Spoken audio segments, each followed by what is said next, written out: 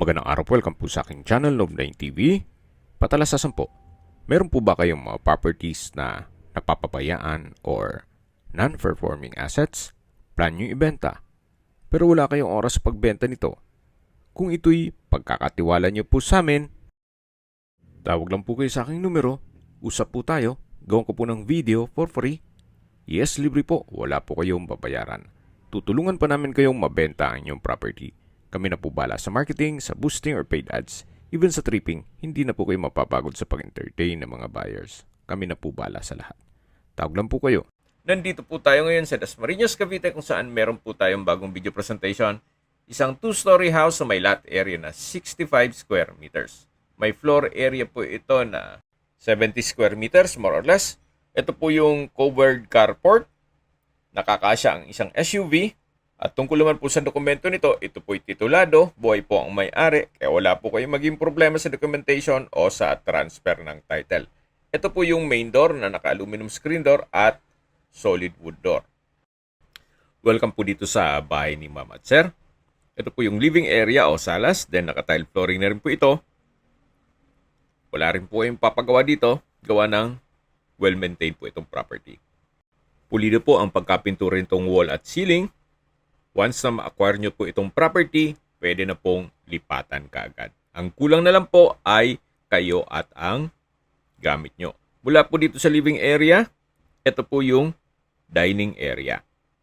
Open concept lang po, kaya maaliwalas hanggang dito sa may kitchen. So wala pong partitions.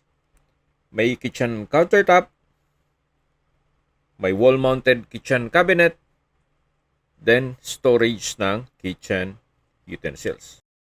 May spasyo na rin po para sa gas range. Then, ito pong natatanaw natin na pintuan, ito po yung powder room. Maayos naman po ang toilet fixtures nito.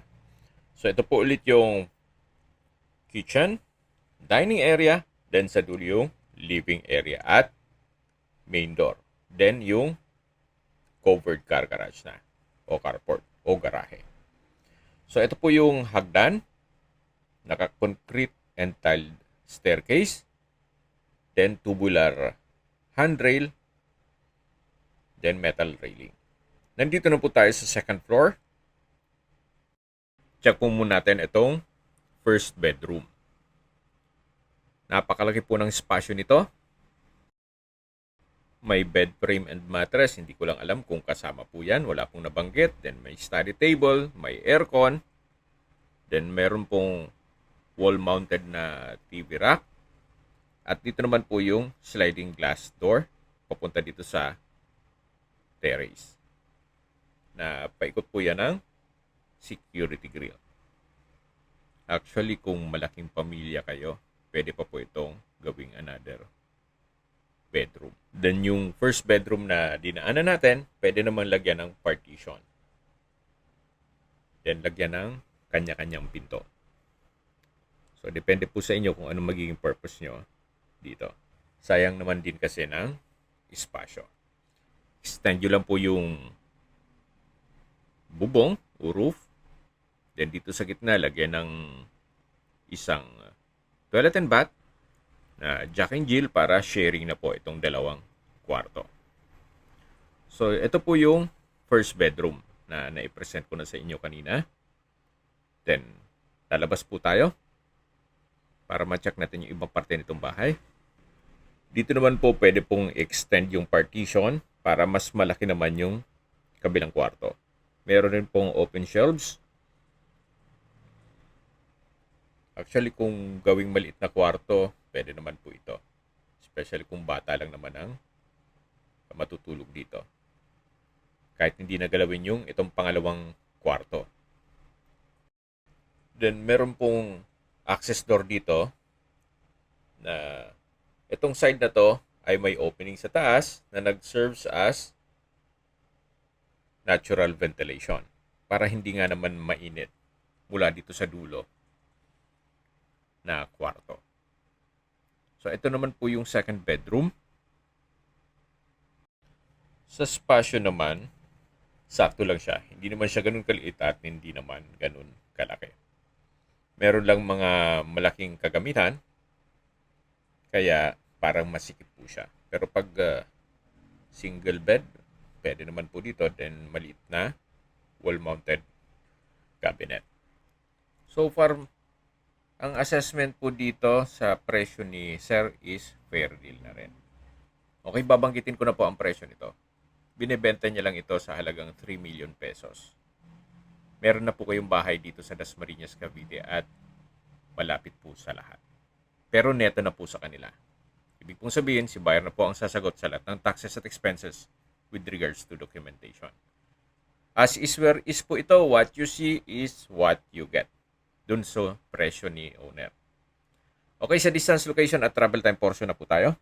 Mula po sa bayan ng Dasma, ang distance is 2.6 kilometers at ang travel time is 8 minutes. Mula naman po sa Save More Market, Central Mall, ang distance is 5.7 kilometers at ang travel time is 17 minutes.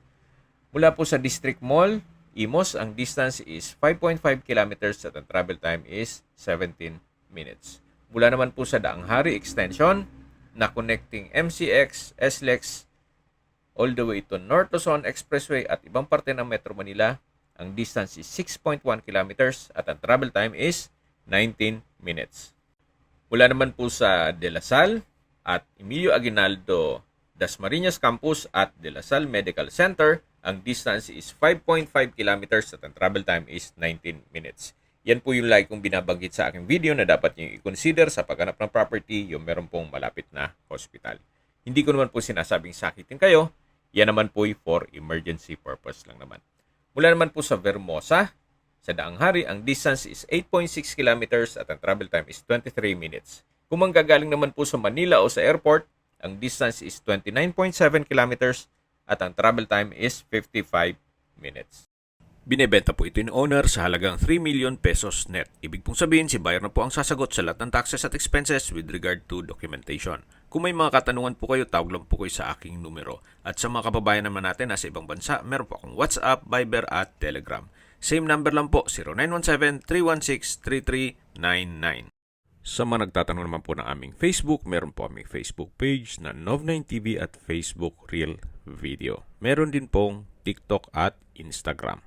May ibang YouTube channel po kami, the Nov9TV channel, Nov9TV Listings, Nov9TV On The Spot, Nov9TV Updates, at Nov9TV House Rental. Sana po naibigyan nyo ang video presentation. Paki-like and subscribe na lang po sa aking channel para ma-update din po kayo sa aking future listings. Kung sakali po hanap nyo yung mas malaking sukat ng lupa, meron din po kami ibang listings na pwede nyong pagpilian. Huwag po kayong mag-atubiling tumawag sa amin. Then, let us know your budget para malaman namin kung anong property pwede naming ilog sa inyo. Sa lahat pong viewers, subscriber at nagtiwala po sa amin, salamat po sa suporta. Ingat po kayo lagi at yung pamilya. Maraming salamat po.